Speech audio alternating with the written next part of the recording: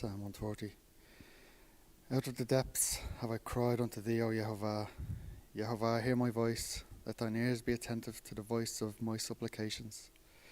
If thou, Yehovah, should mark us the iniquities, O Yehovah, who shall stand? But there is forgiveness with thee, that thou mayest be feared. I wait for Yehovah, my soul does hope, and in his word do I wait. My soul waits for Yehovah more than they that watch for the morning. I say more than they that watch for the morning. Let Israel hope in Yehovah, for with Yehovah there is mercy, and with him plenteous redemption, and he shall redeem Israel from all his iniquities. Heavenly Father, thank you for your word. Thank you for the Sabbath. Thank you for everything that you give us. Thank you for hope. And thank you for your mercy and forgiveness. Lord, I pray that you bless your body, bless those that love you and walk in your ways and desire nothing more than to be like you. Lord, I pray that you bless this teaching today, bless it to our ears, and bless your holy name, Lord.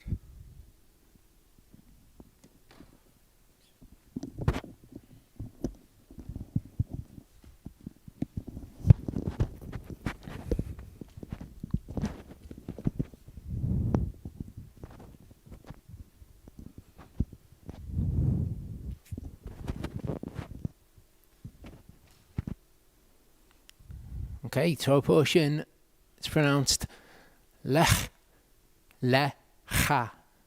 Okay, means go forth yourself. In this, we are introduced for the first time to Abraham.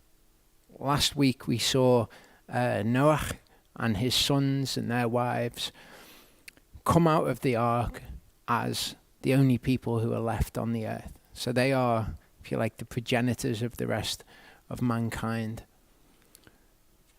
You can see from Noah down to this guy. This guy is Avram's father, Terah, or Terah in English, son of Nahor. That's Avram's father. But you can see all of these people that are mentioned here, from Noah's son Shem all the way down to Avram's father. That's how many generations there were. That's all detailed for us in Genesis 10. Quite a lot of interesting information in Genesis 10. So we're going to pick up next with mention of this guy, Terah. He's mentioned at the end of Genesis 11. It says, and this is the genealogy of Terah. Terah brought forth Avram, Nahor, and Haran.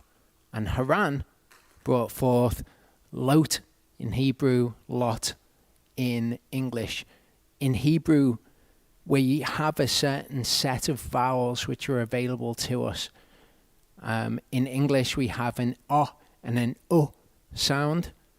So we pronounce the words differently. But in Hebrew, it's a long O, and a U is an U. So we're going to hear about Ur of the Chaldeans and about Lot. And those things sound weird to us, but it's because of the certain set of vowels that we have available to us in Hebrew to pronounce words. But Haran, Avram's brother, brought forth Lot. We know of Lot through Sodom and Gomorrah and through the events that we're going to learn of in this Torah portion and what Charlie will go through in the next Torah portion. Haran died before his father, Terah, in the land of his birth, in Ur of the Chaldeans. Okay, so Lot's father, he dies. Avram and Nahor took wives. The name of Avram's wife was Sarai. Okay, what that is it's an A vowel followed by a yod. So it becomes Ay. Sarai is how that's pronounced. And the name of Nahor's wife, so Avram's brother, was Milcah, and she was the daughter of Haran, who was also Avram's brother, the father of Milcah and the father of Yiscah. And Sarai was barren, she had no child.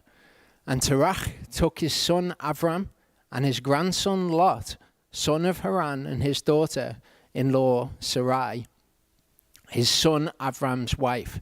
And they went out with them from Ur of the Chaldeans to go to the land of Canaan. And they came to Haran, and they dwelt there. So this place is called Haran. His son is called Haran. Okay, that's a hey. We have another letter in Hebrew, which is a chet. It's very close to our English letter H, but there's a difference here between Haran and Haran. And they dwelt there. They came to Haran on the way to Canaan, and they dwelt in Haran. The days of Terach came to be 205 years, and Terach died in Haran. So he was on his way to the land of Canaan. He came to the land of Haran, and he decided to dwell there for whatever reason. And that's where he died. So they stopped and they dwelt there, and we're going to see that they actually, what the scriptures described as, acquire souls in Haran. So they went there for just a short period of time. So this is what that looks like visually for anybody who learns visually. So this is the guy, Avram's father. He's called Terach. And we have Avram and his wife Sarai. Okay, so Sarai is Terach's daughter-in-law. And Sarai was barren. But you'll see here, we've got a genealogy that extends from Avram. And we're going to learn a little bit about that today, a little bit about Yahovah's power. Avram's brother was called Nahor. His other brother, Nahor's brother, was called Haran. Haran, his son, was called Lot. So that is Terach's grandson. That's Avram's nephew. Haran, through Lot, okay, Charlie mentioned this last week, we have Moab and the Ammonites, the Moabites and the Ammonites coming to be, because Lot had an incestuous relationship with his daughters, and their offspring were the Moabites and the Ammonites. But we're going to see that this family that we're learning about here, these are the people who are what Torah is centered around. This family group is what Torah is centered around over the next few Torah portions. And in fact, from here, throughout the rest of Scripture, this is the family group going all the way back to Noah, of course, as everyone on the earth does. This family group is the group from whom everyone that we see in the Scriptures comes from. Okay, so we see Jacob here, Israel, obviously his sons are the sons of Israel, the tribes. So all of Israel are descended from this family group. Now, Lot had a sister, Milcah, Haran's daughter.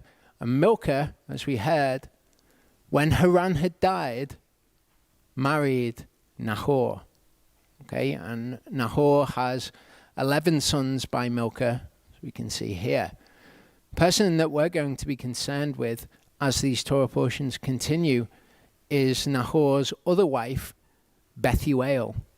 Okay, with Bethuel, Nahor had Rebekah and Laban, or Rivkah and Lavan. And we're going to particularly be introduced to them when Abraham's servant, as it is at the time, goes to get a wife for Yitzchak, for Isaac. So Rivkah is who Isaac ends up marrying, and Lavan is Rivkah's brother. We're also going to learn about Lavan later. So Rivkah marries Isaac. Lavan has two daughters, Leah and Rachel. Okay, they end up marrying Yaakov, and we'll see when Yaakov flees from his brother's presence, once he has deceived his father Yitzchak, he flees and he ends up in Lavan's house. So he takes his wives from amongst this family group. Okay, there's there's a principle that these people have in Scripture where they will intermarry not with the people of the land, but rather with people who are in their family group. Okay, so Yaakov, eventually we will see him marry Leah and Rachel, but all of these events of the book of Genesis, they all span out from this family group. Now, Terah took these three. He took Sarai, Avram, and Lot, and he went with them. They departed for the land of Canaan, and they ended up in a place called Haran. Okay, so it's just those three that are there in Haran. And Terah, he dies, or Terah dies in Haran. So there's Sarai, her husband Avram, and Lot, Avram's nephew. They're the ones who are left. Yehovah then said to Avram, "Go yourself out of your land, from your relatives, from your father's house, to a land which I show you." Okay, so who are Avram's relatives? Well, the one person who's left there in Haran is Lot. So he's told, leave your relatives, leave Lot. Of course, we know that's not what he does. In Hebrews 11:8-9, let me get this straight. Through belief, Abraham obeyed when he was called to go out to the place which he was about to receive as an inheritance. Now, this is interesting because Abraham obeys through belief and he goes out to this place that he doesn't know, but he's leaving behind everything that he knows, and that's much more of a significant thing for Avram to do than it is for us to do today, because what you would be doing is leaving all of your means of safety. Okay, it would be a much more dangerous world that he was going out into, and if he didn't have his family with him, then he would be leaving everything that he knew, and he'd just be walking off out into what he probably perceived to be danger. But he obeyed when he was called to go out. But we see that he takes Lot with him. This ends up causing him trouble. He went out not knowing where he was going. Through belief, he sojourned in the land of promise as a stranger, dwelling in tents with his son Yitzchak, his son Yaakov, the heirs with him of the same promise, that they would inherit that land. Yehovah continues, he says, "I shall make you a great nation and bless you and make your name great, and you shall be a blessing." So if we read this, it can kind of sound like Yehovah is making this massive deal of Avram. Avram is where it's at. I'm going to make you a great nation. I'm going to bless you. You're going to be a blessing. I'm going to make your name great.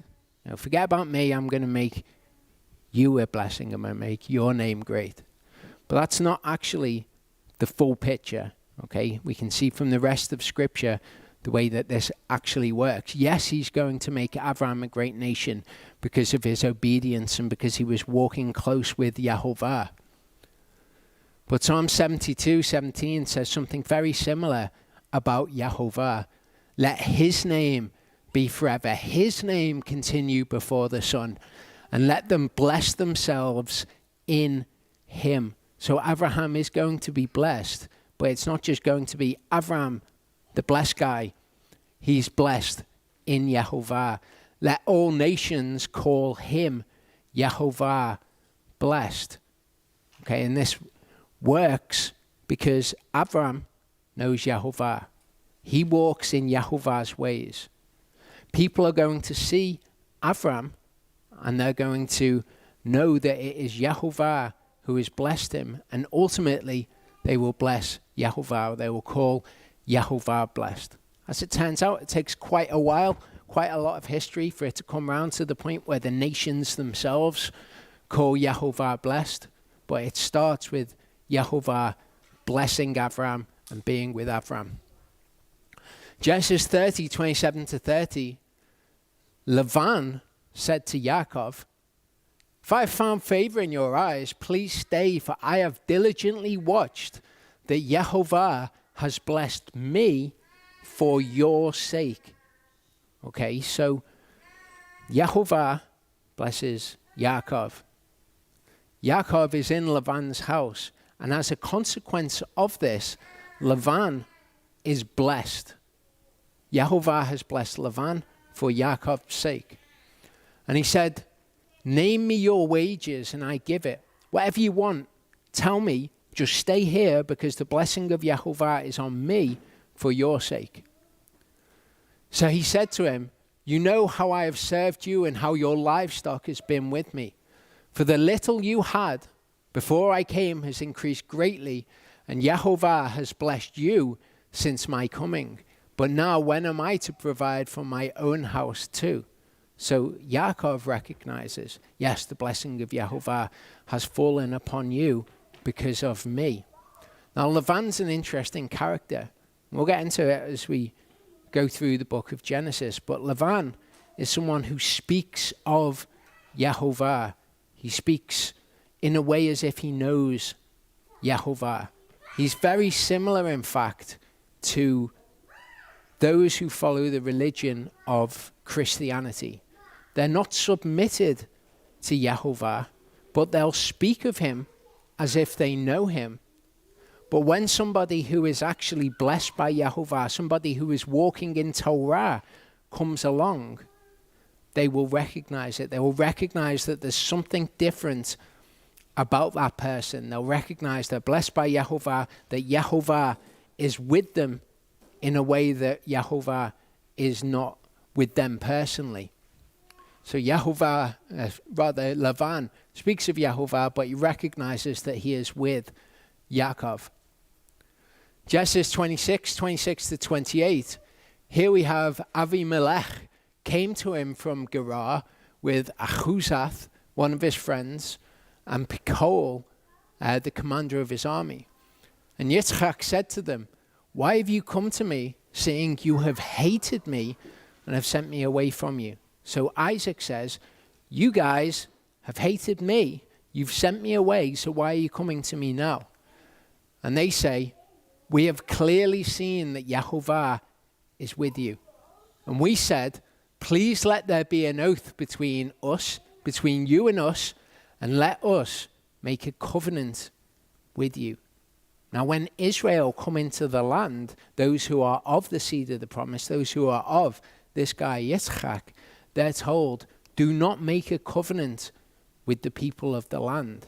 And yet we see Abraham and we see Yitzchak making a covenant with these people. We know that the law was added because of transgressions. Things were kind of cleared up. No, you're not doing this correctly. Change this. Do it like this. This is better. John 15, 18 to 19, Yeshua explains, if the world hates you, okay, as Avimelech acted hatefully towards Yitzchak, you know that it hated me before it hated you. If you were of the world would love its own. But because you are not of the world, but I chose you out of the world, for that reason, the world hates you. The world will recognize that we are different. Okay? The world will hate us. But they'll also recognize that we're blessed by Yehovah. There'll be something about us which is different from the people that the world is used to. Genesis 39, 4 to 5 says, so Yosef found favor in his eyes. Okay, this is when he goes to Egypt, sold into slavery, he begins to work in Potiphar's house. Yosef found favor in his eyes and served him, and he appointed him over his house. He gave into his hand all that he had. And it came to be from the time that he appointed him over his house and all that he had, that Yehovah blessed the Egyptian's house for Yosef's sake. And the blessing of Yehovah was on all that he had in the house and in the field. Okay, so because a believer comes into the life of someone like Potiphar, then they recognize that they are being blessed on behalf of that person. We see this time and again throughout Scripture. Verse 3 says, and I shall bless those who bless you, and curse him who curses you, and in you all the clans of the earth shall be blessed. Okay, and this is true not only of Abraham, but of those who come from Abraham. Not his physical descendants, rather Abraham's seed as identified as those who are in Messiah, people like us, people who have submitted themselves to Yehovah. Okay, people who bless us are blessed, people who curse us are cursed. It says, in you all the clans of the earth shall be blessed. Genesis 22:15-18, it says, the angel of Yehovah called to Abraham a second time from the heavens. Okay, so he's shouting down from the heavens to Abraham and said, by myself I have sworn, declares Yehovah, because you have done this and have not withheld your son, your only son, then I shall certainly bless you. I shall certainly increase your seed as the stars of the heavens and as the sand which is on the seashore, and let your seed possess the gate of their enemies. And in your seed all the nations of the earth shall be blessed, because you have obeyed my voice. So this is why all the nations of the earth are blessed in Abraham, because Abraham obeyed his voice. And of course, as we've seen recently, the gospel or the good news is available to all of the nations, those who are as Abraham, those who do the works of their father, those who are submitted to Yehovah.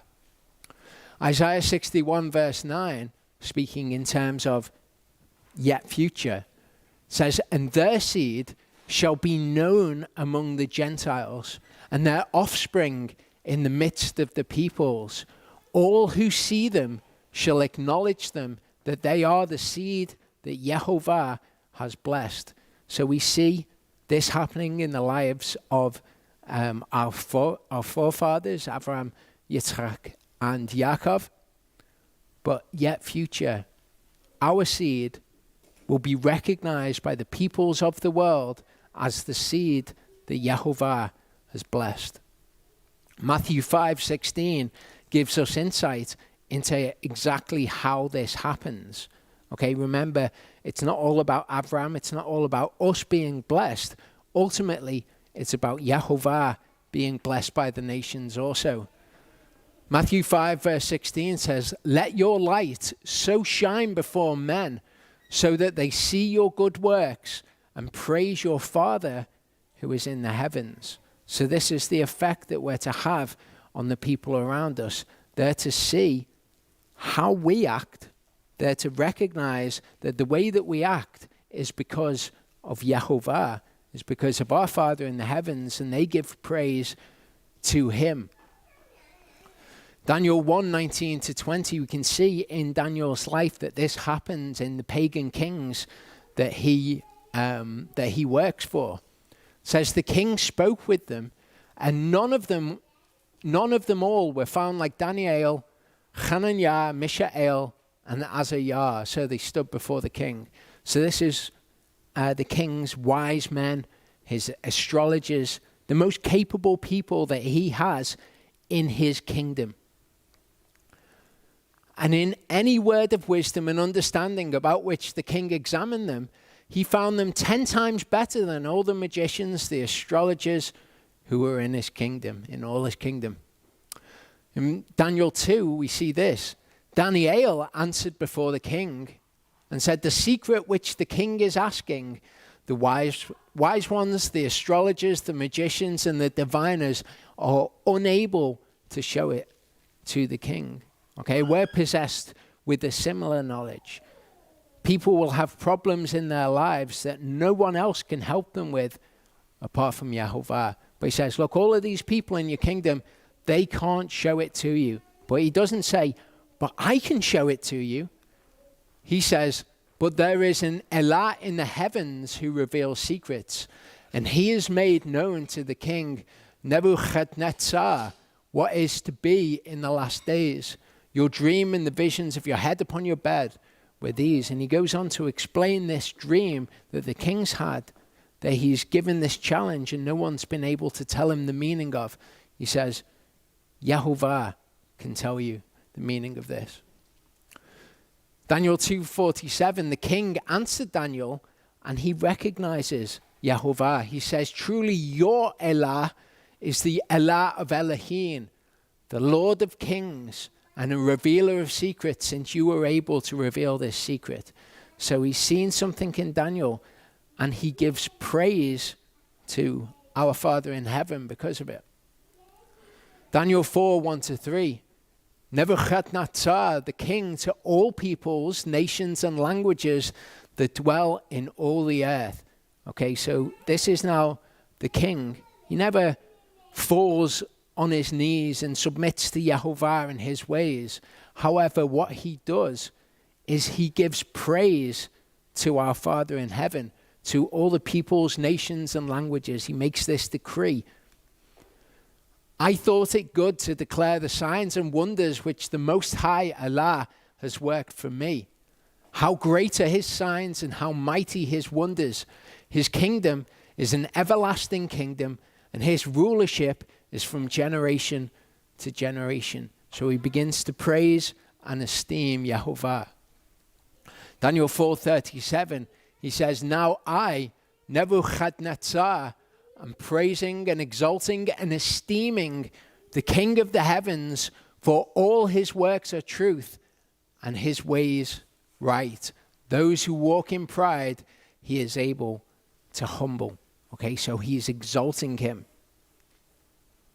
In Exodus 9:20-21, this is after we've had a whole load of plagues happening in Egypt. This is the result that it has when Pharaoh, king of Egypt, when he will not submit to Yehovah, and all of these plagues come against him. It says, those among the servants of Pharaoh who feared the word of Yehovah made their servants and livestock flee to the houses. And those who did not set their heart on the word of Yehovah left their servants and livestock in the field. So they didn't give heed to the warning. But there are those among the Egyptians who did pay heed to the word. And they did what Yehovah had said to do because they believed him. In verse 4, it says, so Avram left as Yehovah commanded him, and Lot went with him. And Avram was 75 years old when he set out from Haran. It doesn't actually tell us here whether Lot followed him out or whether he said, Lot, come with me, we're going to the land of Canaan. So he's 75 years old when he sets out from Haran, where his father Terah has died. And Avram took Sarai, his wife, and Lot, his brother's son. And we don't know whether it's because Lot went with him that he took him, or whether he just decided, you're coming with me. And all their possessions that they had gathered, and the souls whom they had acquired in Haran. So we know that they were there for a little while. And they set out for the land of Canaan, and they came to the land of Canaan. And Avram passed through the land to the place of Shechem, as far as the terebinth trees of Moreh. At that time, the Canaanites were in the land. Now, this is really important. Torah doesn't waste words in telling us things, but it's going to tell us here the Canaanites were dwelling in the land at this time, which would make sense because it's the land of Canaan, but Torah takes pains to tell us this. Yehovah said to Avram, go yourself out of your land, from your relatives, from your father's house, to a land which I show you. So what should Avram have done when Lot came to him? Or instead of taking Lot with him, he should have just left and done things exactly as Yehovah had said. Now, Avram's a man of faith. I'm not criticizing Avram or saying, oh, he's terrible Avram, isn't he? He's a man of faith. I'm sure he did what he thought was the best thing. Oh, I'm not going to leave Lot in Haran. What's going to happen to him? I'm going to care for him and I'm going to bring him with me. I'm sure that's where he was coming from. However, it's always best to do things exactly as Yehovah says to do them. Romans 3 verse 23 says that all have sinned and fall short of the esteem of Elohim. And throughout this Torah portion and subsequent Torah portions, we're going to see Abraham, Yitzchak, and Yaakov all do things which are contrary to how Yehovah says is the best way to do them. Okay, when you get into Judaism, they'll tell you that Abraham was sinless, essentially. They will take their lead from Abraham. They'll say, well, if Abraham did it, then it's good for us to do it. We know that only Yeshua was sinless. All have sinned and fall short of the esteem of Elohim. So it should be no surprise whatsoever when we see these people doing things which are not in line with the Torah. In fact, they didn't have the Torah. Romans 5:12-14 says, for this reason, even as though through one man, sin did enter into the world, and death through sin, and death spread to all men because all sinned. For until the Torah, sin was in the world, but sin is not reckoned when there is no Torah. Okay, so when was Torah introduced? Death reigned from Adam until Moshe. Moshe is when Torah was introduced. Even over those who had not sinned according to the likeness of the transgression of Adam. Okay, so Adam, when he sinned, he'd been told, this fruit, don't eat of this fruit. What did he do? He ate of the fruit, even though he'd been told not to. So that's what his sin was like. Okay, it was an intentional disregarding of what he'd been told. For the other people who didn't have Torah, though, their sin was not like the transgression of Adam. Regardless, death reigned over them because they had sinned. Even though it's not as bad as Adam's sin, and their sin is not reckoned to them, same as with Abraham, they still died because that is the result of having committed sin. So verse 7 says, Yehovah appeared to Abraham and said, to your seed I give this land. And he built there an altar to Yehovah who had appeared to him. And from there he moved to the mountain east of Bethel. He pitched his tent with Bethel on the west and Ai on the east. And he built there an altar to Yehovah and called on the name of Yehovah. I bet he did. He just left behind everything that he knew. Anything in which there was any security whatsoever. He'd left it all behind. I bet when he arrived at the land, he built an altar and called on the name of Yehovah. We don't know exactly what he was calling on the name of Yehovah for, but I imagine it would have been something like, protect me as I walk in your ways. Thank you for leading me, whatever it is. He called on the name of Yehovah. And Abraham set out, continuing toward the south. A scarcity of food came to be in the land, and Abraham went down to Mitzrayim to dwell there, for the scarcity of food was severe in the land. So he's been told to go to the land of Canaan. He said, to your seed I give this, but there's a scarcity of food. There's a problem. What does he do? He goes to the land of Egypt. Bear in mind who he is. He's got all of these people with him that he is responsible for, so he goes to where there's food. Okay, not an unreasonable thing to do, but again, not exactly what Yehovah has said to do. This is also something that we can get a glimpse of, the idea that the word undergirds all reality. And what we see throughout the word is this continuing cycle of things happening with a cast of different characters. Because when it comes to his grandson Yaakov, okay, he's going to go down to the land of Egypt because of a scarcity of food as well. Yehovah is actually going to tell Yaakov to go to the land of Egypt, or do not be afraid of going to the land of Egypt. But Abraham goes down because of the famine which is in the land. And it came to be when he was close to entering Egypt that he said to Sarai, his wife, see, I know that you are a fair woman to look at. And it shall be when the Mitzrites see you that they shall say, this is his wife, and they shall kill me, but let you live. Again, what he's doing here is he's asking Sarai to deceive the Egyptians. Okay, as it turns out, he's not asking her to lie to the Egyptians, because he's saying to her, he will say, please say you are my sister so that it will be well with me. She is actually his sister. She's his sister-in-law. So technically, he's not asking her to lie, but what he is asking her to do is to deceive. And this should be an important distinction to us, because I think sometimes people think, I've not told a lie, I've not said anything that is untrue, but what I have done is I've said something that causes somebody to be deceived about the nature of things. And that is what Yehovah says that we are not to do. He says not to deceive one another. Okay, he also says not to bear false witness of things, so you don't lie, but we're not to deceive one another either. As I say, perfectly reasonable for Abraham to do this. He doesn't want to get killed. He's going into a dangerous situation. He's left everything of any safety behind. It would seem like a reasonable thing to do. He hasn't been given the Torah. He hasn't been told don't deceive one another.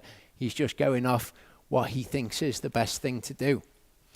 It came to be when Avram came into Mitzrayim that the Mitzrites saw the woman, that she was very fair. And Pharaoh's officials saw her and praised her before Pharaoh. And the woman was taken to Pharaoh's house. And he treated Avram well for her sake, thinking her to be his sister. And he had sheep and cattle and male donkeys and male and female servants and female donkeys and camels. Again, this is a very similar situation to when Yaakov goes down into Egypt. Because Avram, when he leaves, he's going to leave with great wealth. He's going to leave with all of these things. But Yehovah plagued Pharaoh and his house with great plagues because of Sarai, Avram's wife. Again, very similar. Now, this is also similar because Avram can be seen as a picture of the father. Okay, Israel or his wife. Yehovah plagued Pharaoh and his house in the days subsequent to Joseph's life with great plagues because of Israel, his wife. And Pharaoh called Avram and said, "What is this that you've done to me? Why did you not inform me that she was your wife? Why did you say she is my sister? And so I was going to take her for my wife. Look, here is your wife. Take her and go." Okay? It doesn't say, why did you lie to me? He says, why did you not tell me she was your wife? Avram deceived him. Pharaoh commanded his men concerning him, and they sent him away with his wife and all that he had. So all of that wealth, just like the Israelites leaving Egypt with all of the wealth that they had gotten from the Egyptians. Exodus 12:37-38, the children of Israel set out from Ramesses to Sukkot, about 600,000 men on foot besides the little ones, and a mixed multitude went up with them. Also flocks and herds, very much livestock. So just like Avram left with all that stuff, we also see this mixed multitude that go up with them. Okay, we've learned just before, we saw from Exodus 9 that there were people who feared Yehovah's word. Okay, and we have a mixed multitude who also go out with the Israelites. In Jonah 1:8-10, we see something interesting. We've seen how people can be blessed for our sake. Okay, the Gentiles, those people in the world, can be blessed for our sake. The people in the church or in Christianity, whatever it is, those who are not submitted to Yehovah's Torah, they can be blessed for our sake. However, there's a flip side to that. As we've seen with Pharaoh, when Avram was in his house, all the plagues came against Pharaoh because of this sin that Avram had committed. We see this in Jonah. So they said to him, "Please explain to us, for whose sake is this evil upon us? What is your occupation and where do you come from? What is your country and what people are you?" And he said to them, "I am a Hebrew and I am fearing Yehovah, the Elohim of the heavens, who made the sea and the dry land." And the men were exceedingly afraid and said to him, Why have you done this? For the men knew that he fled from the presence of Yehovah, for he had informed them. So it's not just good that can come upon people for our sake. It can also be great plagues, or it can be these people who were afflicted by this storm because of the sin of Jonah, because of what Abraham had done wrong in deceiving the Mitzrites. So we have to be very careful. And Abraham went up from Mitzrayim into the south, he and his wife, and all that he had, and Lot with him. And Abraham was very rich in livestock, in silver, and in gold. Now it says he was very rich. That word doesn't mean that he had loads of stuff, not rich in that sort. What the word implies is kind of a sense of weight or heaviness or honor that was upon Abraham. Abraham was very honored by Yehovah, of course, in livestock, in silver, and in gold. Even in the midst of everything that he had done in deceiving Pharaoh and Pharaoh being cursed because of him, Abraham was very well honored, very weighted with goods. He went on his journey from the south as far as Bethel to the place where his tent had been at the beginning between Bethel and Ai, to the place of the altar that he had made there at first. And Abraham again called on the name of Yehovah. Again, we don't know what he was calling on his name for, whether he was calling on his name for forgiveness for what he'd done in Egypt, for not trusting in what Yehovah had said in going to the land of Canaan, or a multitude of other things. Please protect me as I go back to the land of Canaan where you've told me to go. I'm trying to do the things that you've said to do. Please watch over me. Whatever it was, he calls on Yehovah's name. Now, Lot, who went with Avram, also had flocks and herds and tents. The land was not able to bear them that they might dwell together, for their possessions were great, so that they could not dwell together. And there was strife between the herdsmen of Abram's livestock and the herdsmen of Lot's livestock.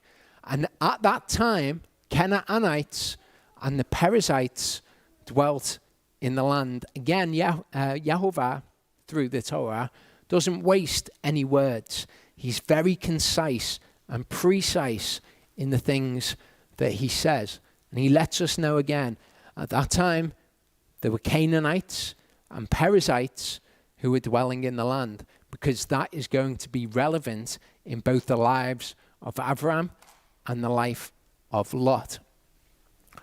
Then Avram said to Lot, "Please let there be no strife between you and me, and between my herdsmen and your herdsmen, for we are brothers. Is not all the land before you? Please separate from me. If you take the left, then I go to the right. If you go to the right, then I go to the left. However you want it, I will go and make do with what is left." And Lot lifted his eyes and saw all the plain of the Jordan, that it was well watered everywhere before Yehovah destroyed Sodom and Amorah. It was like the garden of Yehovah, and like the land of Mitzrayim as you go towards Zoar. Which is interesting, because when we think of the land of Egypt, we might think of great swathes of desert. We certainly don't think of it as somewhere that was well watered. But this is how Lot saw the land, as being like the garden of Yehovah, which is quite a statement in and of itself. This is another example where we can see the word of Elohim undergirding everything, and different people undergoing the same events, as different people having different reactions to it. So here we see that Lot sees all of the plain of the Jordan. Okay? This is just like the 2.5 tribes who see east of the Jordan, and they see it as a place which is good to raise livestock. Okay? And they decide that they want to dwell there, and Yehovah says, okay, you can dwell there. That's the exact area where Lot is going to dwell. So Lot chose for himself all the plain of the Jordan, and Lot moved east. Okay, it was east of the Jordan where the 2.5 tribes dwelt. Thus they separated from each other. Avram dwelling in the land of Canaan, and Lot dwelling in the cities of the plain, and pitched his tent as far as Sodom. Okay, so in the area where Avram's dwelling, we've got the Canaanites and the Perizzites. They're dwelling in the land. We've been told that specifically. We're also told specifically that Lot goes to dwell. He's moving towards Sodom, and he dwells in the cities of the plain. Okay, Avram in the land of Canaan. Lot, he chooses to dwell in the cities and towards Sodom. So he is going towards the people of the land, and he's choosing to dwell among the people of the land. In 2 Corinthians 6:14-18, we're told this: do not become unevenly yoked with unbelievers. For what partnership have righteousness and lawlessness? And what fellowship has light with darkness? Now, this might be familiar to us as being about marriage. Okay, that a believer should not become married to an unbeliever. And when we're reckoning what this verse means, we need to remember that an unbeliever can be somebody who knows Yehovah, could be somebody that we know that goes to a Christian church on a Sunday and believes in Jesus and loves Jesus and wears a cross and, all about the Bible. That can be an unbeliever too, and very often is an unbeliever. So this verse can indeed mean to not become married to an unbeliever. But we have a much clearer verse saying do not become married to an unbeliever, also in Paul's letters to the Corinthians. What it was for an ox and a donkey to be yoked together is that they would be working together. So when I see this verse, I see it as entering into some kind of relationship, like a work relationship with unbelievers. What partnership has righteousness and lawlessness? So it certainly pertains to marriage, to marrying an unbeliever.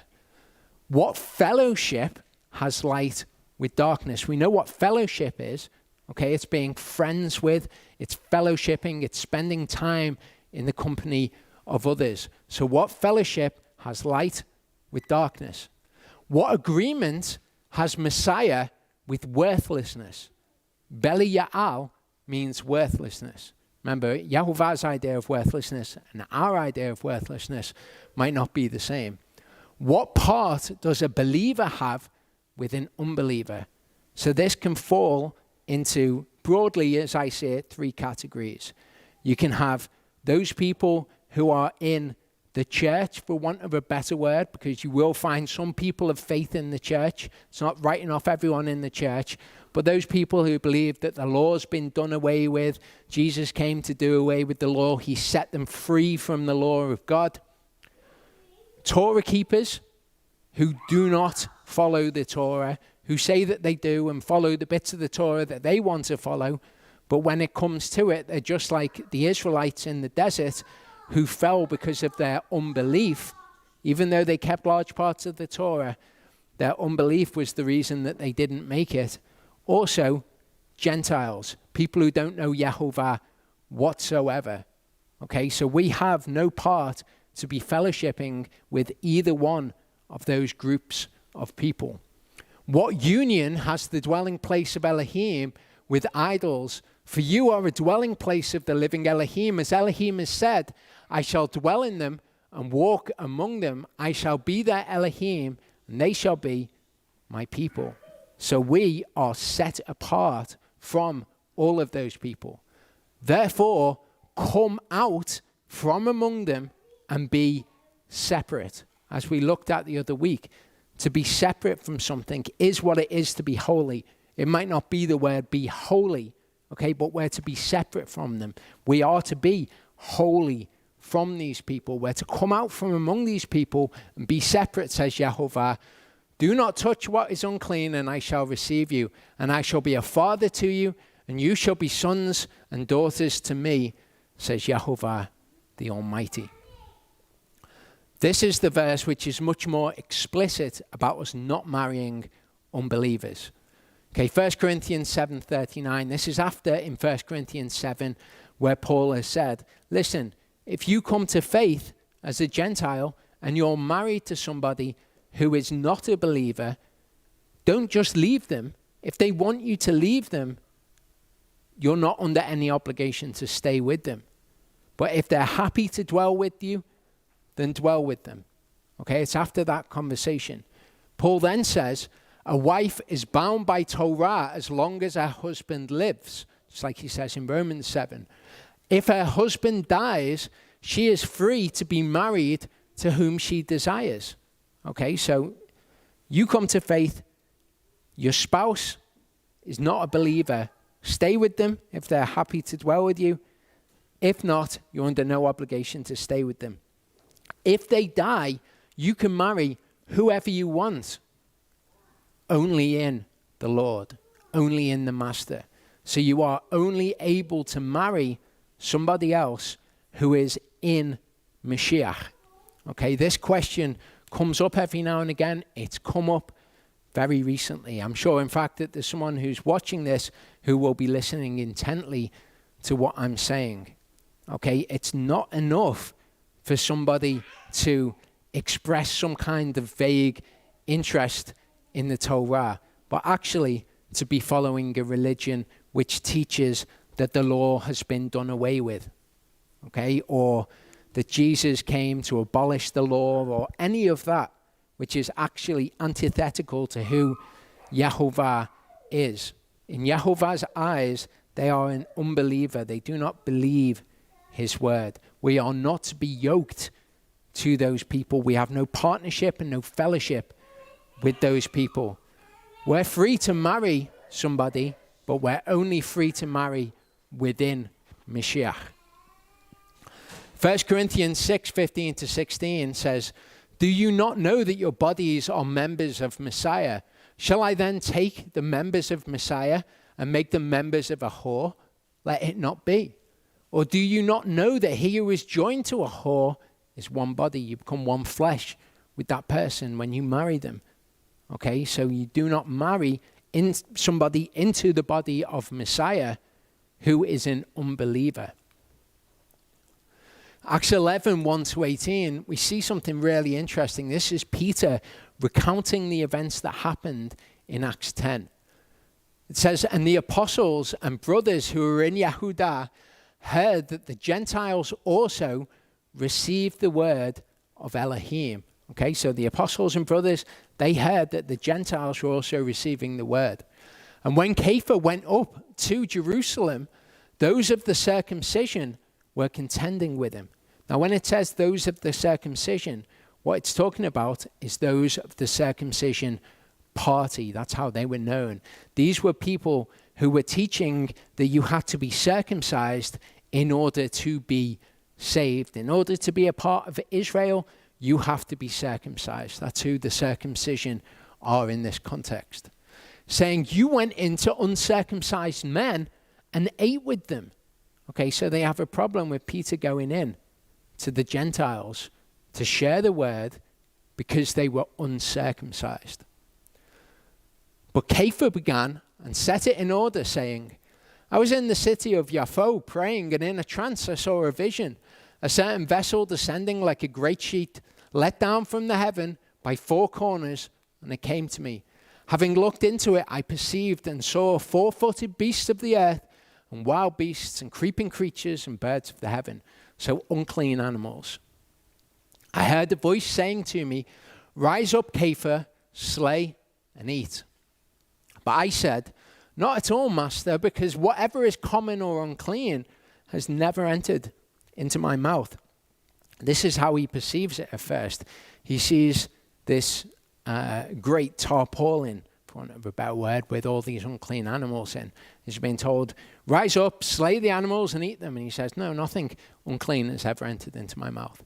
The voice answered me again from the heaven, what Elohim has cleansed, do not consider common. Really important. If Elohim has cleansed it, you are no longer to consider it common. This took place 3 times, and all were drawn up again into the heaven. And see, immediately 3 men stood before the house where I was, having been sent to me from Caesarea. And the Spirit said to me to go with them, not doubting at all. And these 6 brothers also went with me, and we went into the man's house. So they're going now from Jaffo to Cornelius' house. Peter and 6 brothers with him were all going to go into the house of the Gentiles. And he told us how he had seen an angel standing in his house who said to him, send men to Jaffo and call for Shimon, who is also called Kepha, who shall speak words to you by which you shall be saved, you and all your house. So we've got this believer who's going to come and speak words to you by which you are to be saved, you and your house. And as I began to speak, the set-apart Spirit fell upon them as upon us at the beginning. And I remembered the word of the Master, how he said, Yochanan indeed immersed in water, but you shall be immersed in the set-apart Spirit. So if Elohim gave them the same gift as he gave us when we believed on the Master Yeshua Messiah, how was I able to withstand Elohim? Because through this baptism or immersion in the Spirit, they are to be cleansed by Elohim. And if they're cleansed by Elohim's Spirit, Peter is not to call them common or unclean anymore. Having heard this, they were silent and praised Elohim, saying, then Elohim has indeed also given to the Gentiles repentance to life. Okay. In Acts 10, the events that he is recounting here, it says, talking with him, he went in and found many who had come together. This is many Gentiles who were in Cornelius' house. He said to them, you know that a Jewish man, a Yehudite man, is not allowed to associate with or go to one of another race. Okay? In the Torah, it tells Israel that the Gentiles who are living in their midst, they're not to mix with, lest they become ensnared by their gods. They're not to make a covenant with them. They're not to allow them to dwell in their midst. And he said to them, okay, you know a Jewish man's not allowed to associate with or go to one of another race, but Elohim has shown me that I should not call any man common or unclean. Not just any man. We've got the context for this. It's any man that has been cleansed by Yehovah. We don't count them as unclean. Okay? Peter says, Elohim shown me. I've cleansed them. You don't call them unclean if I've cleansed them. Acts 10:34-35 says, opening his mouth, Kepha said, truly I see that Elohim shows no partiality. For in every nation, he who fears him, works righteousness, is accepted by him. He who fears him and works righteousness is accepted by him and has been cleansed by him. Now in Galatians 2, we're going to see some events happen. Galatians 2 happens and is describing the events that happen in Acts 15 when they go up to Jerusalem to see what has to be taught to the Gentiles who are turning to God. What do we have to tell them out of the Torah? And they're told 4 things. Galatians 2 describes the same period of time. So Galatians 2 is talking about a period of time which is after the events that we've seen in Acts 10 and 11.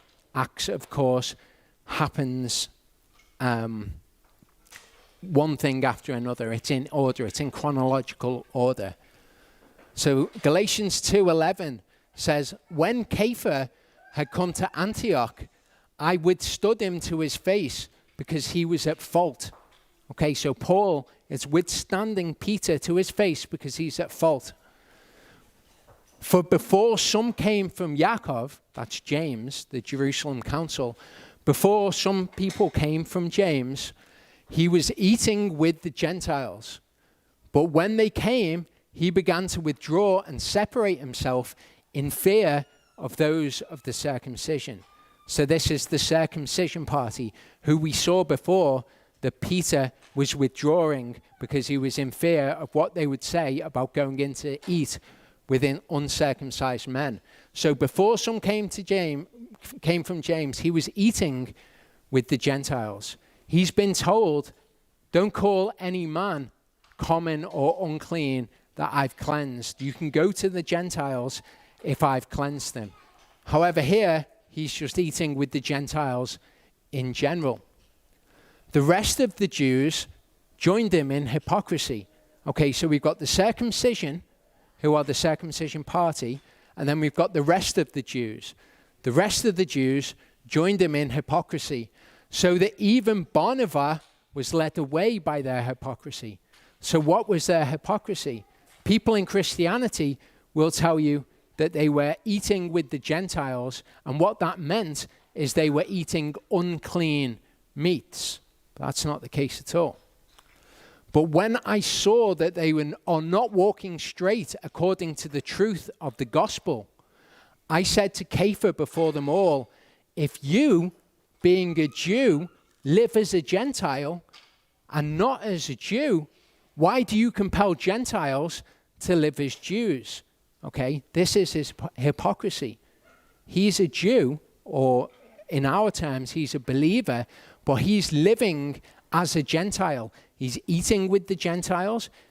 Paul is rebuking him and saying, how can you tell them to live as Jews or live as believers? How can you compel the Gentiles to live as believers when you are living as a Gentile? Isaiah 56, 6-7 has told us this truth right from the Old Testament. Also, the sons of the foreigner who join themselves to Yehovah to serve him, to love the name of Yehovah, to be his servants, all who guard the Sabbath and not profane it, hold fast to my covenant, them I shall bring to my set apart mountain. Let them rejoice in the house of prayer, my house of prayer. Their burnt offerings and their sacrifices are accepted on my altar, for my house is called the house of prayer for all the peoples. So like Yehovah said to Peter, if I've cleansed them, you don't call them common or unclean. The sons of the foreigner who join themselves to Yehovah, who serve him, love his name, are his servants, guard the Sabbath, don't profane the Sabbath, and hold to his covenant, those who have been cleansed by Yehovah, they're welcome in Yehovah's house of prayer. His house is a house of prayer for all the peoples, on the proviso that they have been cleansed, that they turn to him. 1 Corinthians 15 verse 33 says, do not be led astray. Evil company corrupts good habits. Okay? Don't think yourself wiser than the word of Elohim. Okay? Evil company corrupts good habits. If you company with those who are evil, according to the word, that will corrupt you. It will corrupt good habits. Don't be deceived that it won't. Psalm 36, 1-4 tells us something very interesting about those who are wrong, those who are wicked, those who do evil. It says transgression speaks to the wrong. Okay, that's what speaks to them in their heart. That's what makes a difference to them. Within his heart. Fear of Elohim is not before his eyes. He flatters himself in his own eyes to find his crookedness to be hated. This is how the wicked are. Okay, they flatter themselves that they hate their iniquity. They flatter themselves that they hate their crookedness. But actually, it's transgression that speaks to them. That's what they're really after. That's what speaks to them in their heart. But they'll flatter themselves that they hate their iniquity.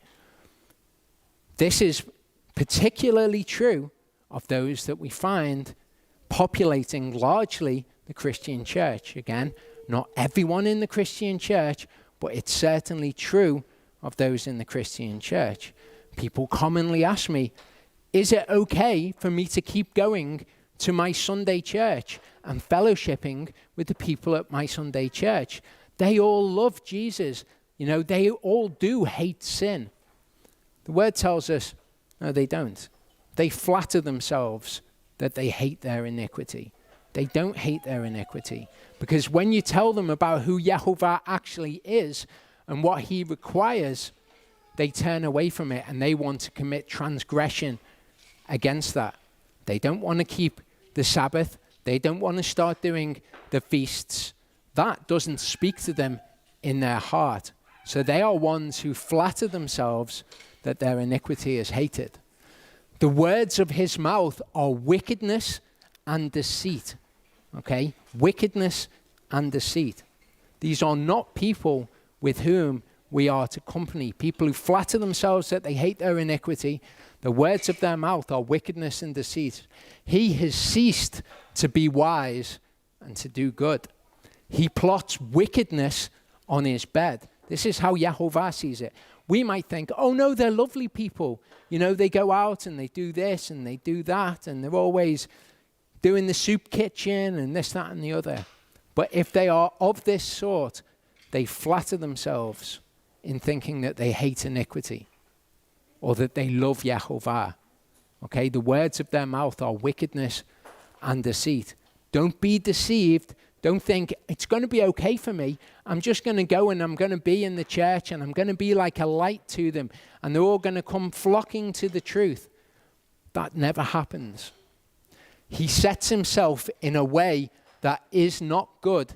He does not despise evil. Even if we perceive these people to despise evil, to be good people, this is how Yehovah sees them. Don't be deceived. Psalm 26, 1-8 says, Judge me, O Yehovah, for I have walked in my integrity, and I have trusted in Yehovah without wavering. Examine me, O Yehovah, and prove me. Test me, try my kidneys, test my kidneys and my heart. For your kindness is before my eyes, and I have walked in your truth. I have not sat with men of falsehood, nor do I enter with pretenders. Okay, we saw who these people are. We see who Yehovah sees as men as falsehood. We see who Yehovah sees as pretenders, those who flatter themselves. I have hated the assembly of evildoers. I do not sit with the wrong. The wrong are those people that we just saw. I wash my hands in innocence. I walk around your altar, O Yehovah, to raise a voice of thanksgiving and to declare all your wonders. Yehovah, I have loved the abode of your house and the place where your esteem dwells. So often we can find ourselves in the position that Abraham is in. We can be men and women of faith and we can have very good intentions. We can even be trying to do what else is good in the word. I'm going to look after Lot. I'm going to look after him. I'm not going to leave him alone. That's surely something that Yehovah would want. And we can be acting from the best of intentions, but we can be led astray by these things. And we can find ourselves in the company of men of falsehood and pretenders. Again, when it comes to becoming married to somebody, becoming unevenly yoked with them, we can be led astray. We can sincerely desire a wife, okay? The overwhelming thing that people report in the Torah movement is of loneliness, of being on their own and wanting people to fellowship with. Is it okay if I go to this church and fellowship with them? So then you find a spouse who is not a believer, but you think, oh, they're lovely though. They're really lovely. I'm sure Yehovah would think that they were great. And we can be led astray into relationships with these people which are not appropriate and are forbidden by the word. 2 Thessalonians 3, 1-6 says, For the rest, brothers, pray for us so that the word of Yehovah spreads rapidly and be praised, as also with you, and that we might be delivered from unreasonable and wicked men, for not all have belief. But the Master is trustworthy, who shall establish you and guard you from the wicked one, because the wicked one will come and the wicked one will tempt you with things like this. Oh, you've been praying for a spouse. You've been praying that someone would come along, and now look, it's this person, and aren't they lovely? Well, transgression speaks to them in their heart. They flatter themselves that they despise evil. They're wicked in Yehovah's eyes. But aren't they lovely? Don't you think that they're lovely? The wicked one will come and try to tempt you. And we trust in the Master as to you, both that you do and shall do what we command you. And the Master direct your hearts into the love of Elohim and into the endurance for Messiah. But we command you, brothers, in the name of our Master Yeshua Messiah, that you withdraw from every brother who walks disorderly and not according to the tradition which you received from us. So these people in Christianity, again, not everyone, some people are people of faith within that, Torah keepers who are unbelievers, Gentiles who don't know Yehovah, okay? All of these people, we're not to enter into partnership with them. We're not to fellowship with them. If they're a brother, we're to withdraw from them if they stop walking in the things of Yehovah. Romans 8, verse 7 gives us a glimpse of what's going on here and why we are not to associate with these people. Because the mind of the flesh is enmity towards Elohim. Okay, Elohim is the enemy of the mind of the flesh. Okay, obviously we don't associate with people whose enemy is God. For it does not subject itself to the Torah of Elohim, neither indeed is it able. Okay, so when people are walking in the mind of the flesh, whichever one of those categories they fall into, we don't associate with them and we don't fellowship with them. Proverbs 14 verse 7 says, leave the presence of a foolish man, for you shall not perceive the lips of knowledge. We know this. You don't company with people because they will corrupt our good morals. Don't be led astray that won't happen. Romans 16, 17 to 18 says, now I call upon you, brothers, watch out for those who cause divisions and stumbling contrary to the teaching which you have learned. Turn away from them. Doesn't matter if you've joined this new Torah group and they're all brilliantly nice people, but they have all turned from the ways of Yehovah in myriad ways. You're to turn away from them. Don't be ensnared. Don't be led astray by the evil one. For such ones do not serve our Lord Yeshua Messiah, but their own stomach. That's what these people are about. They want to benefit themselves. They're greedy of gain.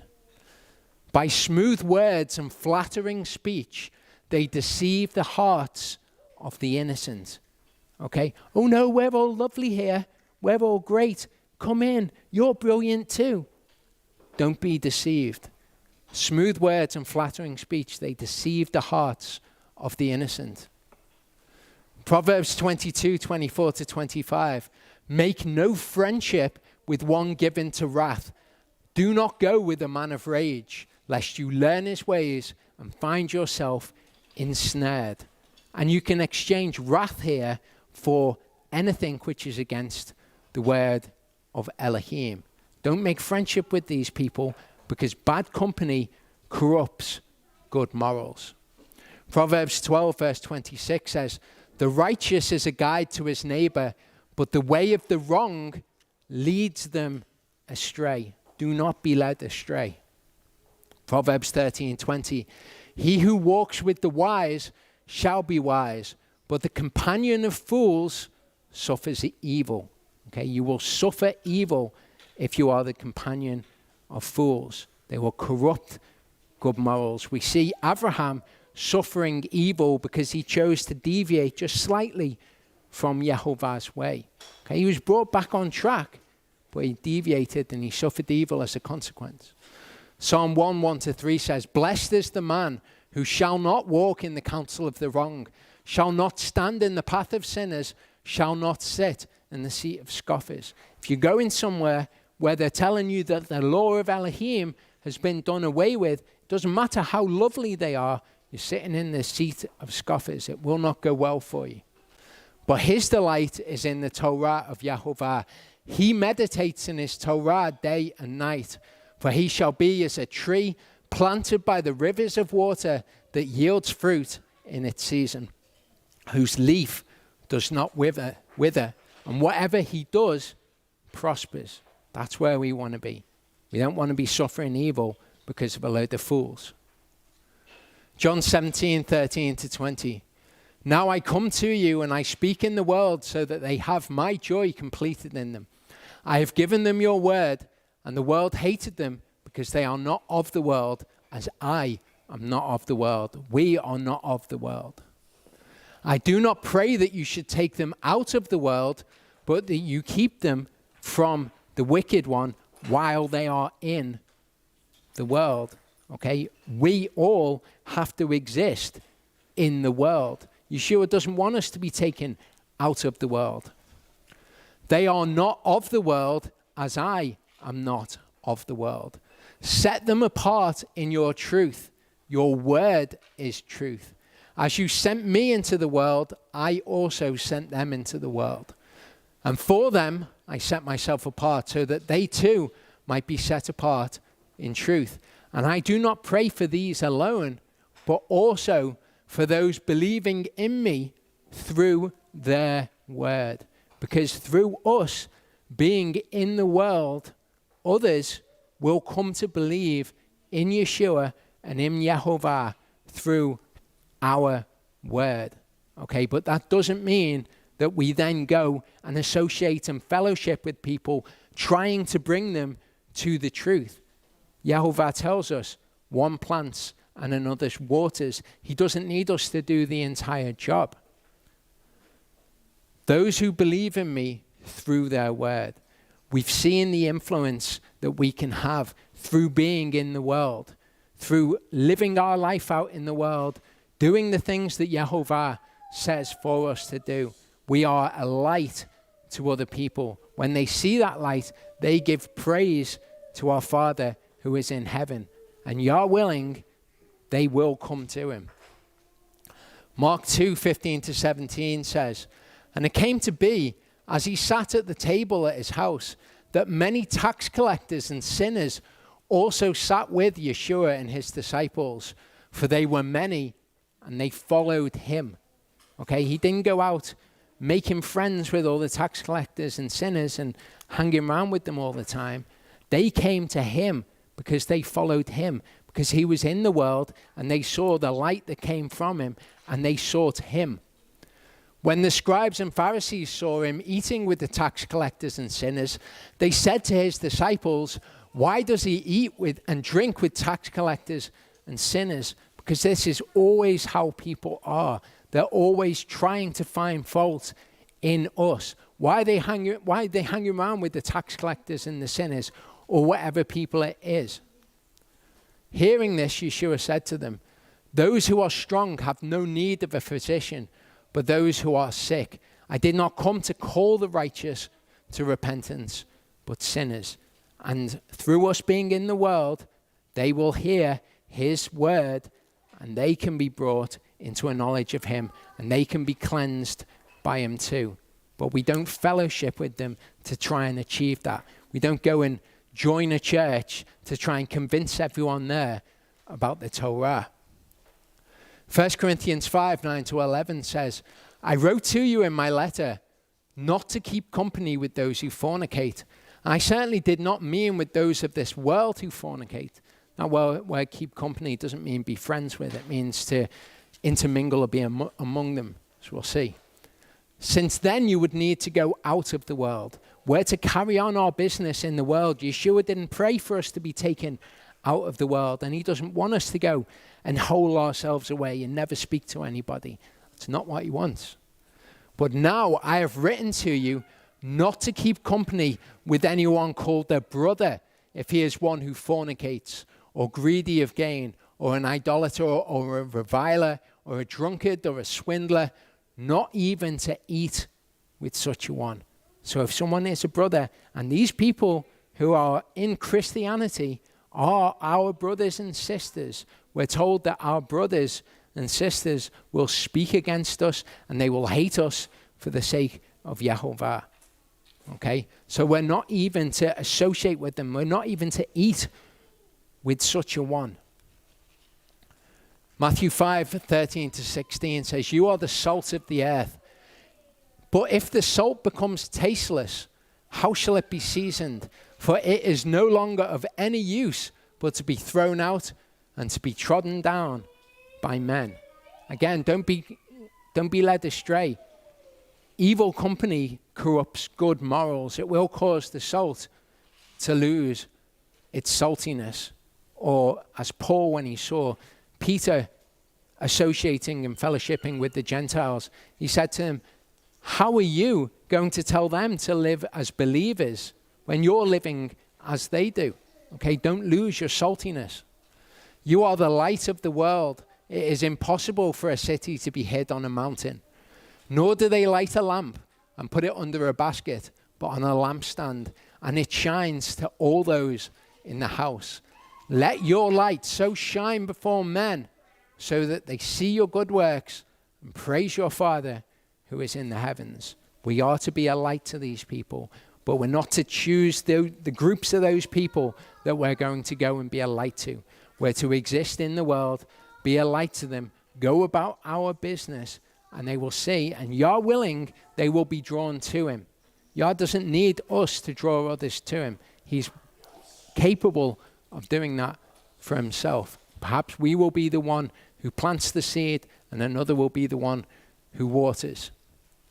Colossians 4:5-6 says, walk in wisdom towards those who are outside. That's unbelievers. Redeeming the time. Let your word always be with favor, seasoned with salt.